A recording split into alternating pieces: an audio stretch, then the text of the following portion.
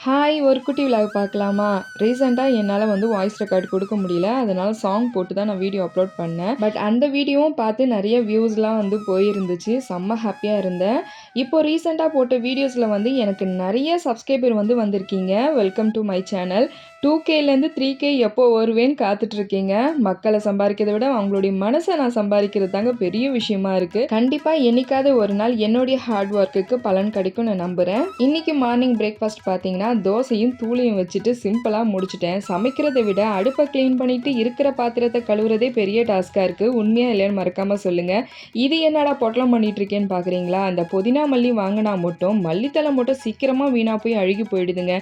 So இது ஒரு சூப்பரான ஒரு ட்ரிக்கு. இது உங்களுக்கும் நானே சொல்றேன். இந்த மாரி பாட்டில்ல தண்ணி ஊத்தி, நீங்க மல்லித்தழைய கட் பண்ணாம அதுக்குள்ள வச்சு, மேல கவர் பண்ணி நீங்க ஃப்ரிட்ஜில வச்சீங்கன்னா, அது எத்தன நாள் ஆகுது கெட்டே போகலங்க. நல்லா ஃப்ரெஷ்ஷா இருக்கு.